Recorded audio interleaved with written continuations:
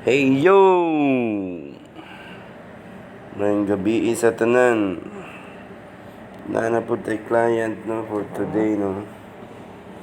So thank you Lord.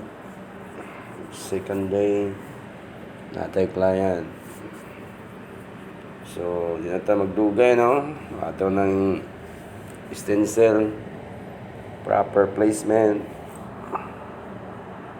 Check sa ni client kung okay ba kung hindi. Oh, natay audience.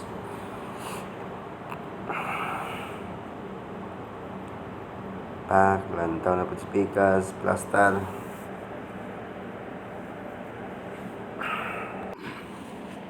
So, marang-alang na itong tingog, no? I-compare na ito gapon, no? Marang-alang na itong paos, medyo nawala-wala na. Hinaot na mawala nyo di siya, no? Para maka-entertain ta, tarong sa itong future tattoo client, no? Para maklaro dyan na itong mga pag-deliver sa itong one ba? Kung sa itong ganahan i-deliver ng mga speech.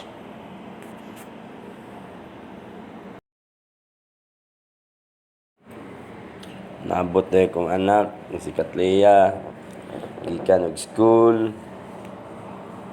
Si Kuya Kurt, naabot na, gikan og school. Actually guys, di rin namin galan sa shop, no? Para di rin namin maguli-uli sa balay. Makasave mig plate. Maskin pa paano, no? After school nila, half day raman sila, diretso nila sa shop.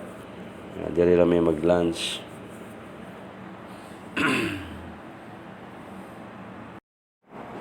So, sit up sa tagamay, no?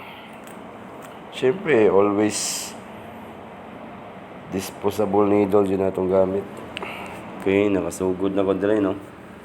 Wala ko ka-video sa starting natin mga audience. Ako lang gipasulod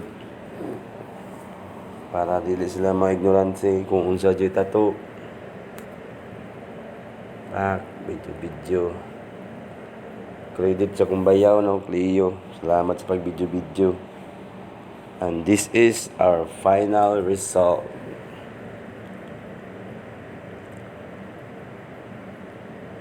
For tattoo inquiries, advance booking, you can send me a private message or call. Ang atong shop located at Bangsagap, beside Visitors Inn, Locsin Street, San Carlos, Negros. Thanks for viewing, guys. Hinaot na makatato na po na ugma, no? Indot gang feeling makatato everyday, guys.